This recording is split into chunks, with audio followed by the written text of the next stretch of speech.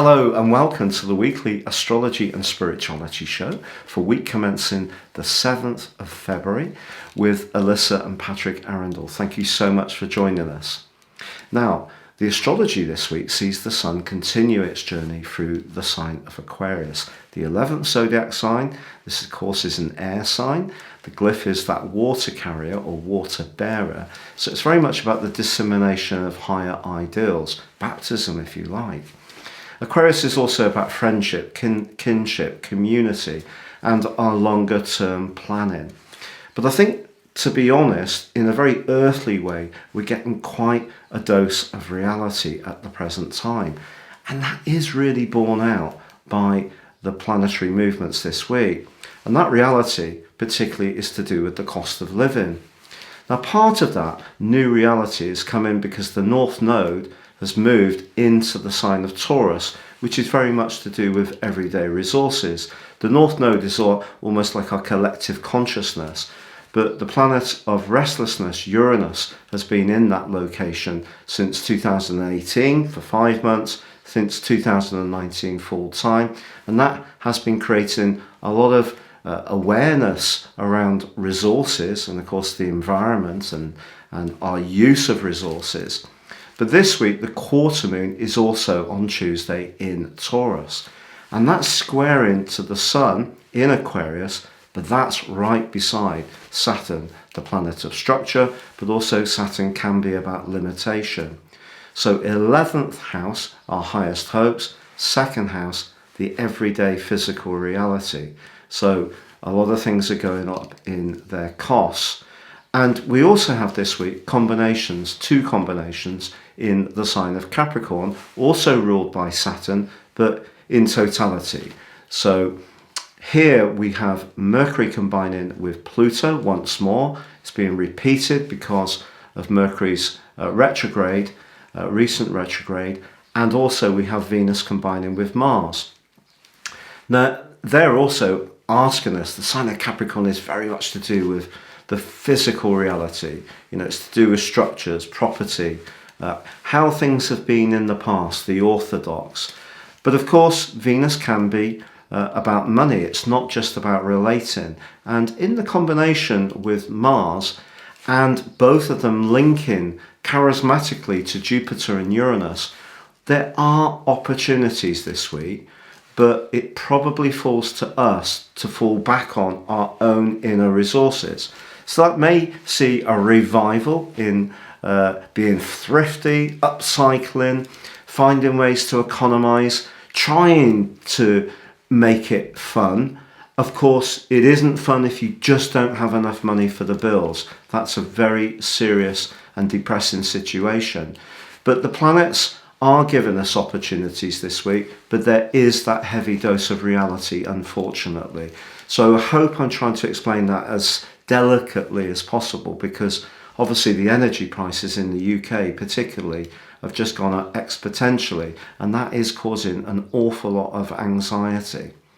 But that energy of Uranus, which can be disruptive, can also be deployed by asking us to think outside the box a little bit. And if we can do that, then maybe we can find some ways to economize, to be more creative with the resources we do have. Cooking from scratch, very Capricornian energy, healthier and could potentially be cheaper as well. A lot of us do depend these days on, convenience foods or foods that are even sent through the post. Some people get these ready meals sent through the post.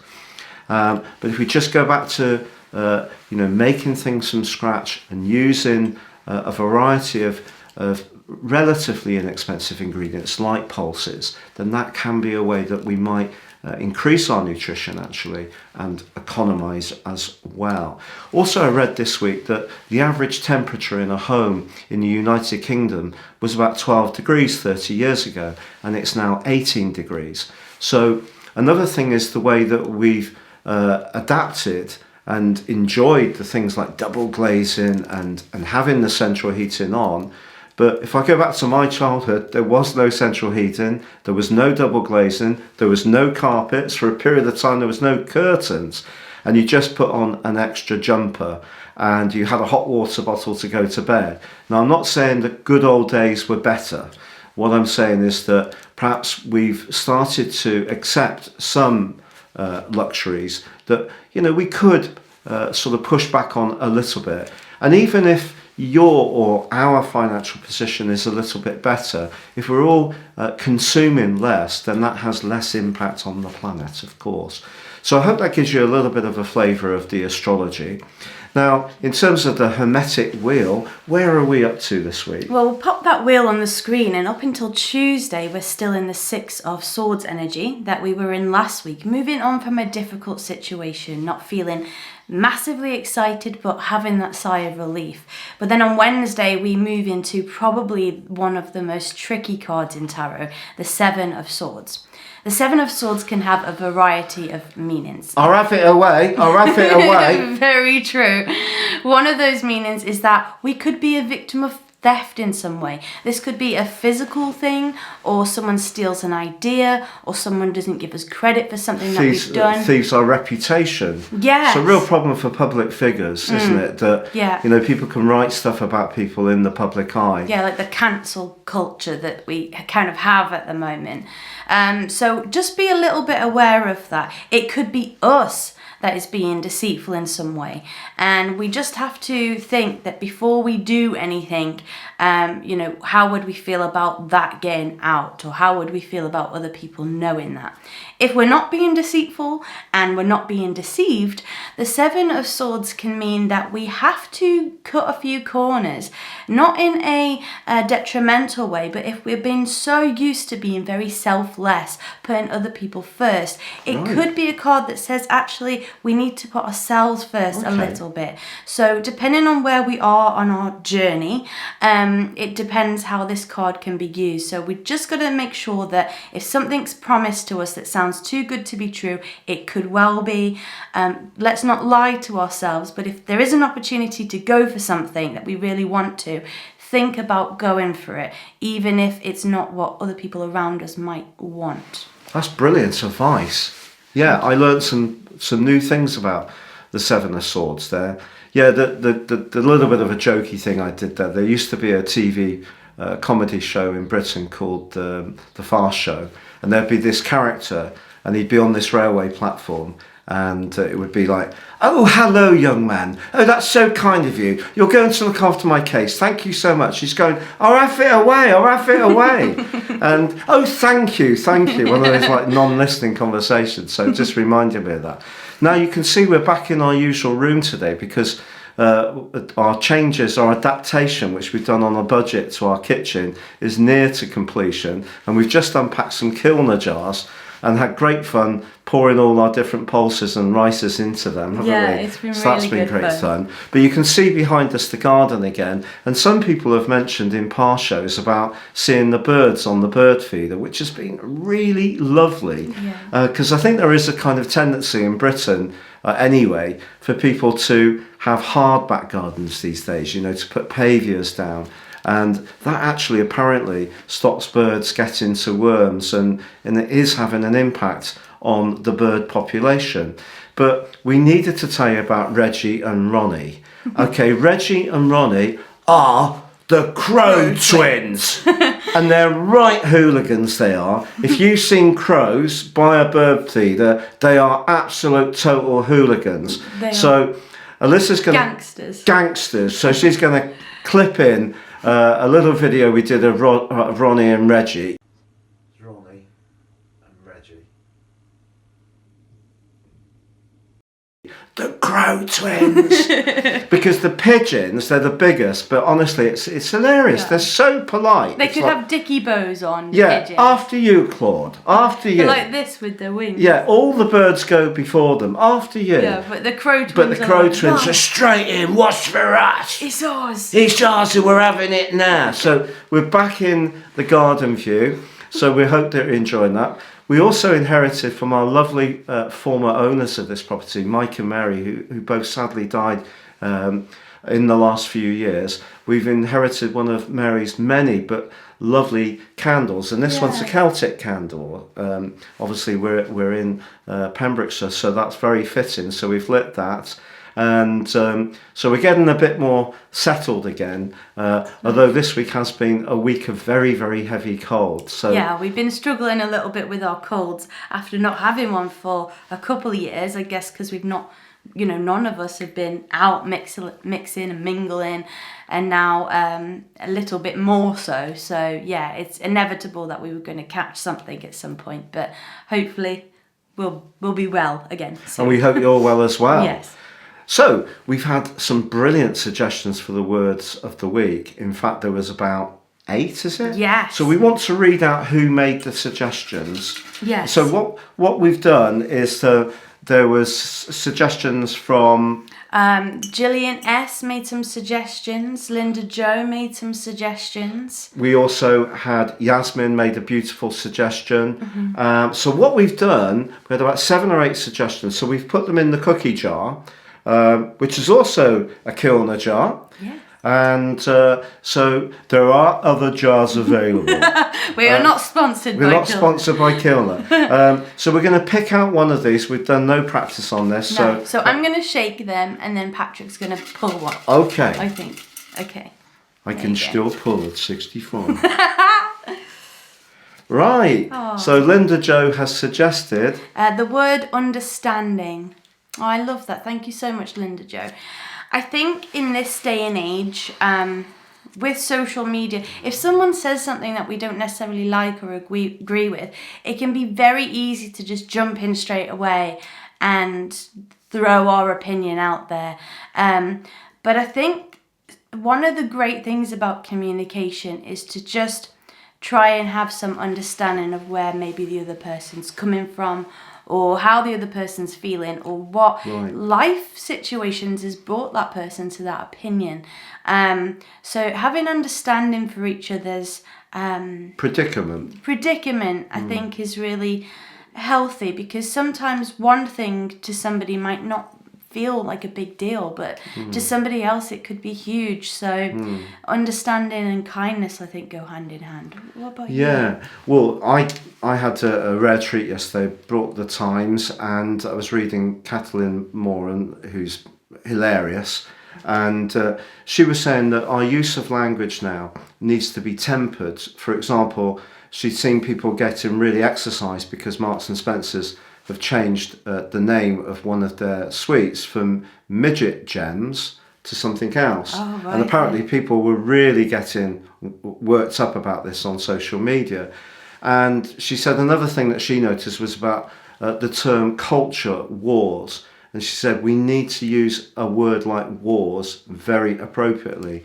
Particularly, there are people in the world who are much more physically and also in terms of their personal communication, much more oppressed than we are in the West, where we take that freedom of speech, I think, to some degree, perhaps for granted. So she was saying, we need to think about what's going on in the world. So, for example, if you are someone who's really been struggling, because the cost of living, from our point of view, has been going up really for about 3 or 4 years, and then, of course, a lot of people were getting some kind of bonus on top of their benefits during COVID, which has now been removed. And those people are struggling with the cost of living in a big way before it became the big news story of this week because of fuel prices going up so high. And so her viewpoint is, whether we're getting worked up about the name of a confectionery product or because we have a cultural difference with someone, let's be very proportionate. And I think basically the theme of our article was to try to be a bit kinder with our language. So kindness, really understanding, understanding where people are coming from, like you've just said, in their predicament, even if it's completely different to ours. Yeah, just having that gentleness. And of course, from a spiritual point of view, you may not agree, but words have power. And over the last few years, the buzzword has been, oh, let's make this video go viral, or let's make this go viral. And then, of course, we get a virus. So I'm not saying that that's why, but it's interesting. And I think, let's use our words more carefully. It doesn't mean we have to think about every single thing we say, because, of course, that in itself can be difficult, because then we're not being authentic if we're constantly worrying about every word that comes out of our mouth. But let's just think first, is it kind? Does it come across as understanding? And I think if we follow that rule, we should be okay. Yeah, I think that's brilliant advice. Thank you so much for all the keywords you sent in. If you'd like to send in some keywords for the show week commencing the 14th of February, we'd be delighted to engage with those. Now, we do have a birthday winner. We actually had 2 entrances. So one was from Catherine from the United Kingdom, and the other one was from Tim.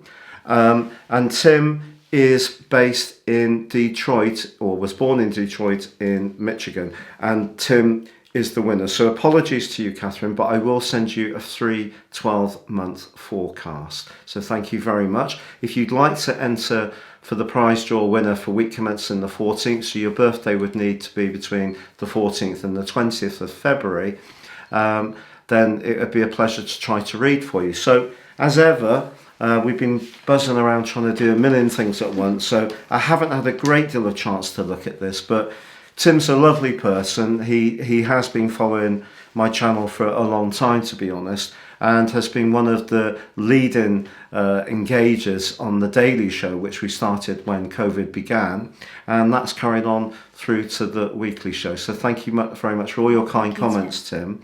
The interesting thing about you and us, Tim, is that your Eros, how you love, is in Capricorn, same as Alyssa and I, and it's also pretty close to Juno in the 4th house. So even though you are in Aquarius, and Alyssa's sharing the chart on the screen now, you've got Venus, Mercury, Black Moon, Lilith and the Sun all in Aquarius, but all in the 5th house. So you're someone, I think, that has a real awareness to friendship, because the 5th house energy makes you more outgoing, more wanting to engage with people. You also have a lovely ascendant in Libra. Now, the interesting thing about your angles is they're all on the Earth points. And this is really the second time this week this has come up.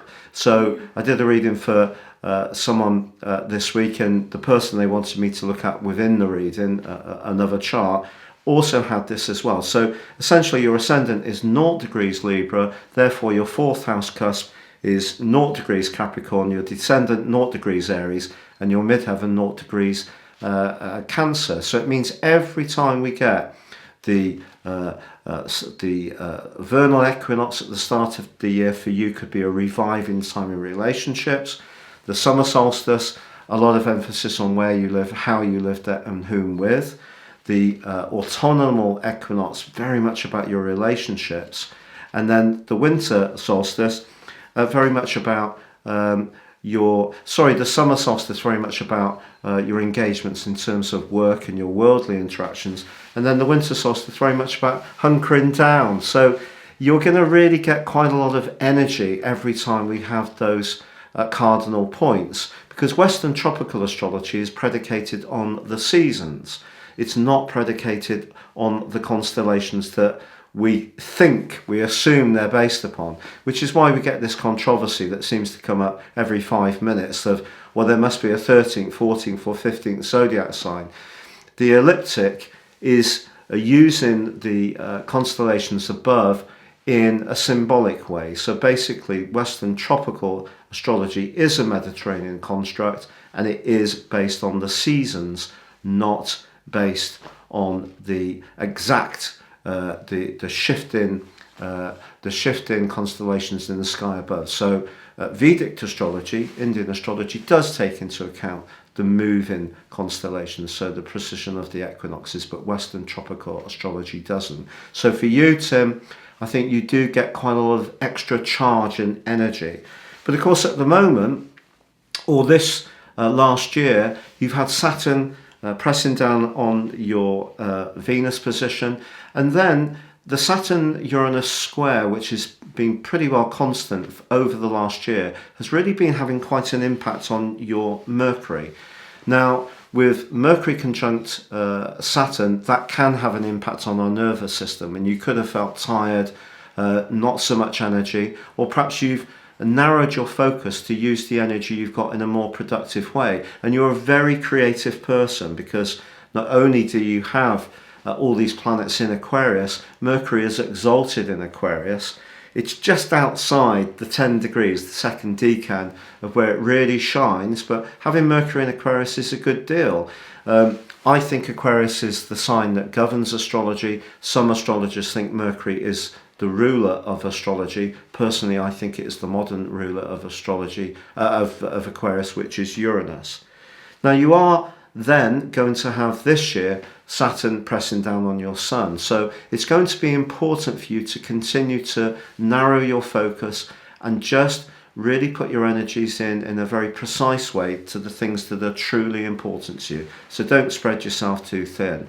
But the midpoint between the Sun and the Moon in your chart, your Moon is in a conjunction, the Moon's exalted in the sign of Taurus, and it's in a conjunction with Jupiter. So that's gorgeous. And you have it in the 8th house. So you've got an option with that. You can either be someone who's quite materialistic, or you can be someone who dives deep and is much more philosophical.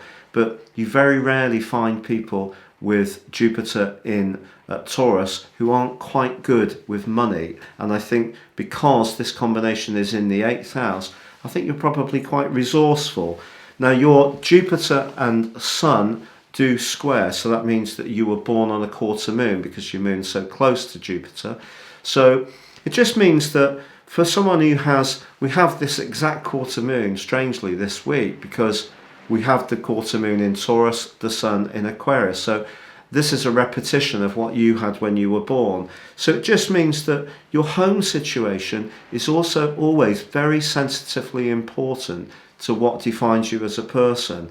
But I think you are someone who has a real sense of faith, and that square with the Sun means that when it comes down to it, your sense of enthusiasm and desire to see the goodness in life will always see you wanting to see the best in situations. But it does mean, I have Jupiter come square in the Sun too. It does mean that we just have to be very conscious of sometimes being even over generous, to be honest. Now, you do also have Neptune in an opposition with the Moon and Jupiter. So we're talking about very spiritual angles here, and then a T-square with the Sun. So I think balancing your worldly reality and your attitude to finances and resources with your creative drives and your desire to, lead a more spiritual existence, there can be times when you find that life, is quite harsh, I feel. And Neptune squaring the Sun, people sometimes have a difficulty finding their role in life, particularly when it's on this side of the chart. So for you, Neptune, from where the Sun is on the 10th house cusp of the Sun as the first, if we think of equal house astrology. So in terms of how I do sun sign astrology, your Neptune is right on your 10th house cusp. So you may have found life harsh at times, and I think that you may have found that your home and your inner domain has probably brought you a lot of succor, safety and comfort. But the midpoint between your Moon and the Sun is 3 degrees in Aries, and that's very close to the vertex on your descendant. So I think you're someone who, if you forge relationships with people that you really, really like them, I think you can be a very engaged in that relationship, very invested. And we've certainly found that with your lovely company over the time we've known you. So I hope that gives you a little bit of insight. I will say to you that Pluto, which has been having a really massive impact on a lot of people's natal charts, has actually been very supportive of your Mars. And at the moment is in a wonderful trine with your Mars. So it's possible that your physical energy is actually really improving, and there may be physical changes you're making to where you live that are giving you a lot of satisfaction. And what's going to happen is, as Pluto moves into Aquarius in 2023, part-time, moves back to Capricorn, then back into Aquarius full-time in 24, it means that Pluto is going to be forging an exact trine with your ascendant. So some really magical things are going to be developing for you over the next couple of years, I would predict. So thank you very much, Tim, for entering, and I hope that resonated with you. So now we're going to have the modality of the week. So what cards are you going for? So this week we're going to use the Mother Earth Gaia Oracle cards. And it's funny because when we started this video there was still sunshine, and now, you know, Mother Earth has turned the lights off and the rain's come. So I think we picked the perfect cards for this. I got some logs in this morning. It had rained so heavily overnight. The tarpaulin was absolutely pulled with rain. Yeah. So last time that happened, my feet got absolutely drenched. So this time I really made sure I shaked it off before I ventured in. Well done. Right, okay. So, ooh, interesting. The words on this card are hidden path. And it says here, a marriage of spirit and matter. Wow. Pluto. I love this, yeah. Yeah. Sounds very Plutonic to me. You know, this idea of, I like to call it maybe like a magical mind marriage, where we have the front of our brain, which is, you know, very conscious. We are aware of what we're looking at, what we're thinking, what we're feeling. But then we have the back part of our brain, which is our subconscious, that sees everything, but we're not always aware of it. It can come up in our dreams. It can come up in our, you know, subconscious thoughts. And when we merge those two parts of our brain together, you know, maybe we can do it through meditation, we become hyper aware of stuff, and that can really help us to see maybe this hidden path. You know, where is our life taking us? What parts of it are we in control of? What parts of it might be destiny? And that's so Pluto, because Pluto, you know, sometimes, you know, the story I always say to people about Pluto, someone's in a marriage for a long time, one partner says, I want to leave the marriage, say 25 years. The person, the dumper, feels very empowered. The dumpee is devastated. But what it can do is wake that person up to different possibilities. And then, say 2 years later, they've completely changed their life. They're doing something radically different. They've really found their inner passion. And then the dumper gets in contact to the dumpee and says, look, I really realise what we had. Is there any chance we can get back together again? And the dumpee then says, well, I've actually moved on. It doesn't have to be in a spiteful way, because when Pluto works like this, sometimes things get taken out of our lives when it doesn't seem to be a conscious choice. But actually there's a deeper reason for why it's happening. Now, I'm not a particularly sort of new agey type of practitioner when it comes to astrology, but actually I think with Pluto, this really is very, very true. So sometimes when we go through a series of very severe challenges, it's very difficult to understand what the reason for that is. And I'm not in any way minimizing that, because I know this is possible in astrology. You can have transits of Saturn and Pluto that go on for years over different inner planets and can make people's lives very, very painful and difficult for 25, 30, 40 years. And some people have very, very difficult aspects in their natal horoscopes. So I'm not trivializing it in any way at all, but Pluto sometimes will take things away from us when we're not ready and we're not conscious of why. But actually later down the track, sometimes it becomes much clearer about why that happened. It's really interesting that it's like following the breadcrumbs backwards, because as you were talking I was thinking a little bit of our story, and you know, my grandmother died in 2012 and I was devastated, and I still find it very difficult. But that kind of embarked me on a spiritual journey of finding myself, what was important to me, getting involved in this type of work, which then led us to meeting. And I don't think if those things had happened that we wouldn't have met. Now that's not to say somebody had to pass away for me to, you know, have this relationship, but it's interesting how our lives can just, that word we had the other week, trajectory, can just shift us in a totally different way that we don't know at the time what it's about or what it's for. Yeah. So yeah, there were all sorts of karmic things around it, because Alyssa's granddad, who was a brilliant tailor and used to run about 10 or 15 tailor shops across Liverpool and the Wirral, he actually used to read my column in the Liverpool Daily Post years and years and years ago. Yeah, it was funny because he'd be like, "Oh, do you want your stars for today?" Little did I know I'd end up, marrying you. But yeah, it's life can be so bizarrely weird and wonderful. And in the moment of grief or tragedy or upset, we can't see that. And it's not easy to hear someone say, "Oh, it's for a reason." We don't want to hear it at the time. Platitudes. No platitudes when people are... No, you have to go through it and feel it and be as, devastated. But also, if you're encountering someone who's going through devastation, don't fire platitudes in their direction. Yeah. Even if you don't understand it.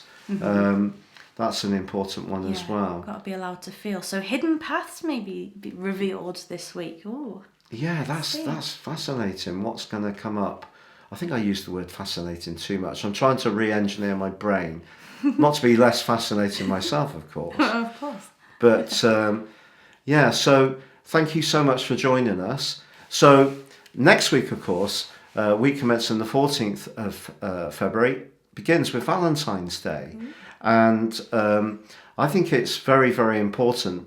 Obviously there's a lot of commercialization that goes on around these kind of events. But what we're going to do a special next week on the whole concept of relationships, because I feel that the focus of Valentine's Day is rather too much on those lucky folks like we are now, who are very fortunate to have an active relationship. But we've had lots of single Valentine's Days though as well. Yeah, so alienation, the crisis that we have in the world, in the Western world particularly, is of isolation. And technology in some ways can make people more isolated. It's obviously a magical thing in lots of ways in connecting us. But that isolation thing and alienation. So if all this hubbub's going on, we want to explore the whole thing of Valentine's Day. So that's going to be a special for next week. But if you'd like to enter your birthday or suggest a word for the week or any other concept you'd like us to grapple with, we'd be delighted if you did share that. Thank you so much for your company. Take care, stay safe, and from the A team and the Crow Twins, the Crow Twins, it is goodbye from me. And goodbye from them. Goodbye.